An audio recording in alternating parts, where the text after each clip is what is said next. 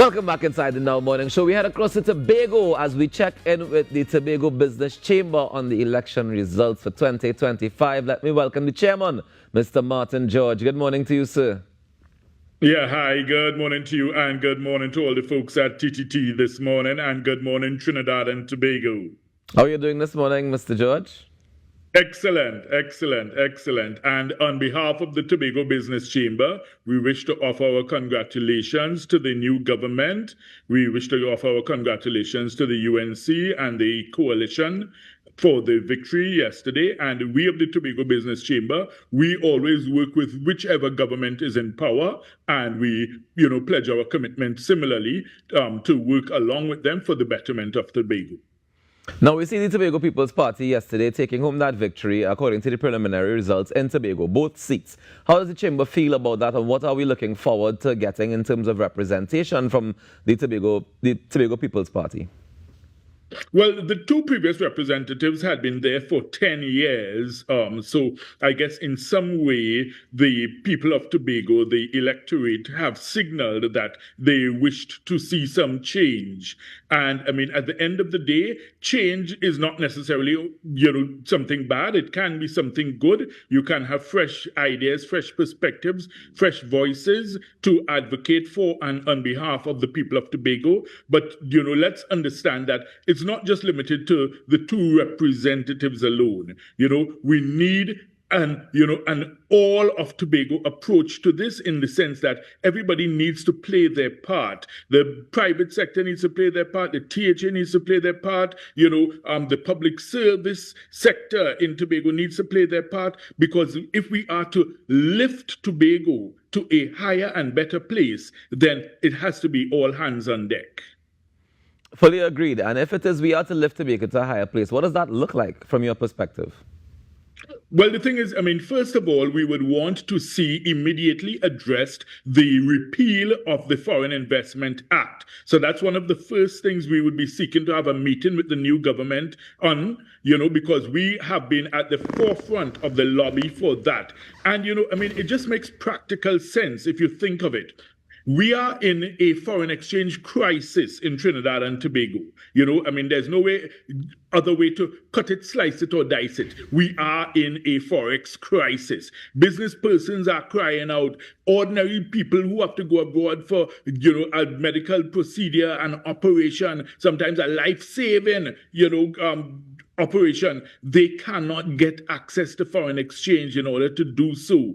And yet you have on the books this archaic and anachronistic legislation which basically stops and stifles all direct foreign investment into Tobago. So we need to get rid of that legislation and allow the free flow of direct foreign investment into Tobago, which is going to benefit everyone. Because if you are thinking of someone coming to invest in Tobago to set up, some villas or guest houses or maybe a small hotel, lots of the materials will have to be sourced from Trinidad. So therefore, you're talking about exchange of monies coming here. So Trinidad is going to benefit. The foreign exchange flows will be shared around. You'll have architects, engineers, surveyors, come on. The benefits are just so phenomenal that, it is mind-boggling as to why this legislation still remains on the books.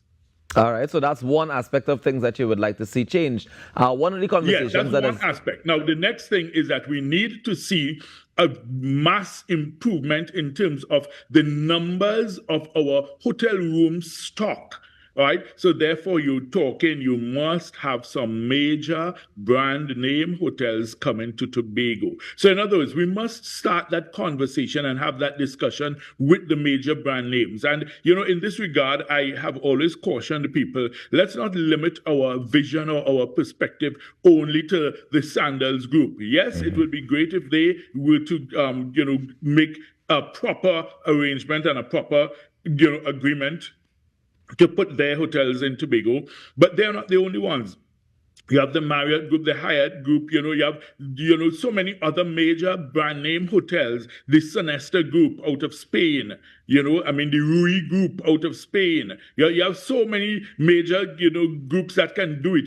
If you think of, say, for instance, if you've ever been to the Moon Palace in Cancun and you see the massive resorts that these people put down, as I've told people, on the front lawn of one of those resorts in Cancun, you could drop the entire Trinidad Hilton and all its grounds, and it fitting on the front lawn alone. So Now, Mr. George, we really need to think in terms of size and scale.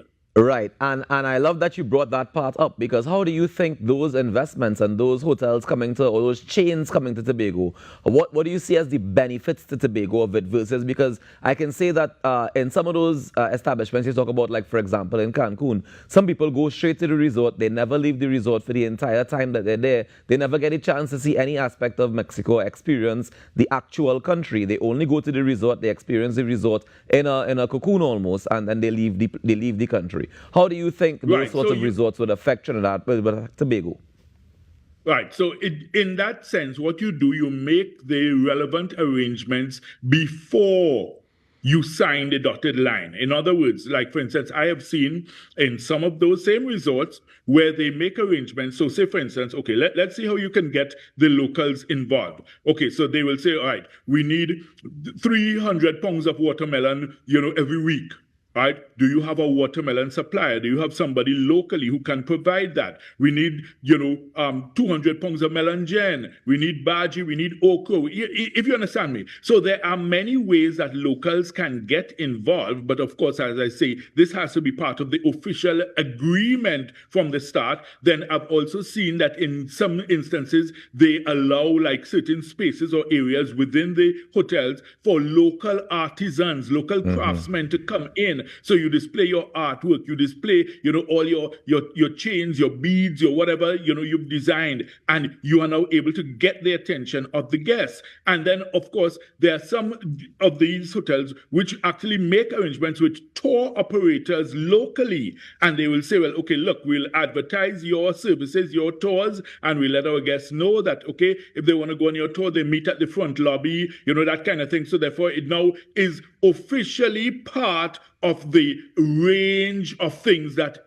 would be available to guests. So there are practical ways to look at it, and I have seen it done practically. So, I wouldn't, bury my head in the sand and say, well, it's only going to be people staying in the resort. There are many other ways that you can get people up and about and interacting with the local population. Sometimes you may have local artists coming in to sing, to perform, to, be a part of the entertainment package, that kind of thing. So there are many ways we can do this, but as I say, it ought to be things that are discussed and negotiated up front. So therefore, the hotel knows that, look, hey, you must incorporate that local content as part of your package. All right, so it has to be an upfront conversation and be a part of the conversation from jump. It has to be. You can't leave it to an individual to go and try to negotiate with a multinational hotel. It has to be a government approach. Tell me, Mr. George, do you think that culturally Tobago is ready for that level of change and that level of involvement when it comes to the tourism product itself? Well, if Tobago is not ready, Tobago will be left behind, because if you look at all the other islands of the Caribbean, everybody is stepping up their game when it comes to tourism. Everybody is actually light years ahead of Tobago. We have to be real, we have to be practical. Grenada's tourism is booming. St. Kitts, St. Vincent, St. Lucia, Barbados, you just name them. Everybody is ahead of us. So, it's either you adapt or you die, basically, if you refuse to make the necessary changes. And it doesn't mean that you are, stifling or squashing or, ruling out the small little mom and pop operations where somebody may have like a small bed and breakfast or have 2 rooms under their house that they want to do as Airbnb. There's nothing wrong with that, because the point is your tourism package must involve a wide array of offerings. So therefore, you're not stifling or squashing those, because sometimes, like for instance, there are lots of European tourists who actually don't want to be in a big chain hotel. So therefore, they want to experience the local culture. So therefore, they will prefer, say, for instance, a small bed and breakfast where they would get to know your family, know your, Right. and get involved in the local activities, and that's fine. So therefore, there's always room for those. But then, of course, if you are talking, say, for instance, look at that brand new spanking airport terminal that was, the practical completion certificate was issued, and there was the ceremony for that. That has a capacity, I think they said, of at least about 3 million passengers a year. Where are you going to get the passengers from if you don't have the hotel room stock to put people?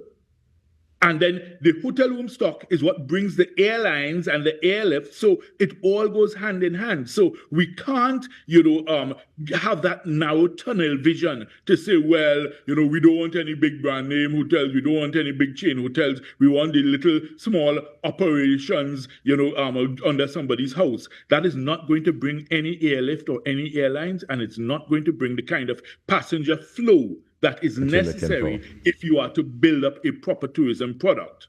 I hear you.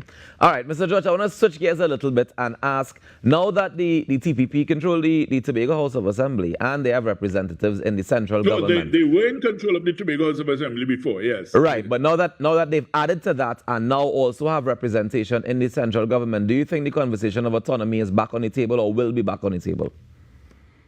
Well, I would imagine that it's a discussion that they will have with the major party, which would be the UNC coalition, because it might be that, they are now more in a position to raise those issues. I'm not sure that there's necessarily, even if you combine the two sets of seats, in other words, those from the TPP and those from the UNC, I'm not sure you necessarily meet the 4/5 majority if that is what is required for that type of constitutional change, but certainly you do have a significant majority whereby some change can be effected. So I would imagine that, yes, they would want to begin having those conversations.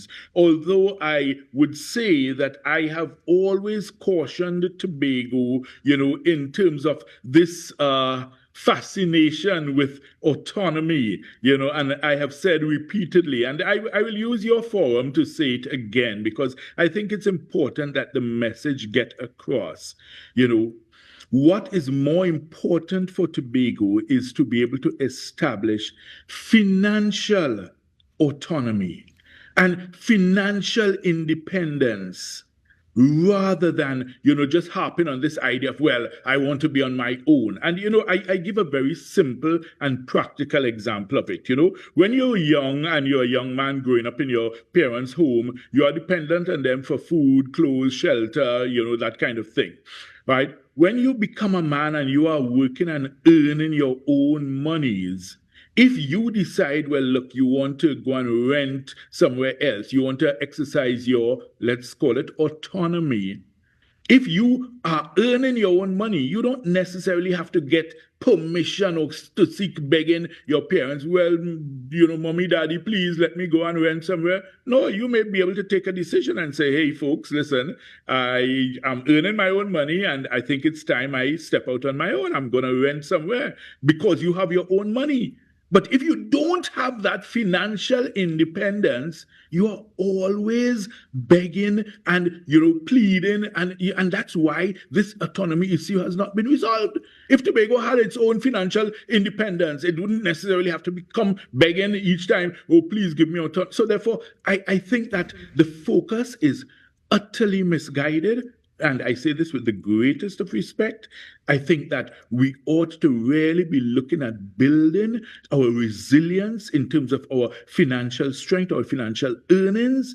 And trust me, once you get to that point, autonomy is a non-issue after that. All right, well, Mr. George, thank you very much for joining us this morning, for sharing with us your thoughts. We definitely appreciate it, and we look forward to further conversation on the matter as we continue to observe and pay attention to how it evolves, yeah? It's indeed a pleasure. Have a great morning. Thanks. You as well. Take care.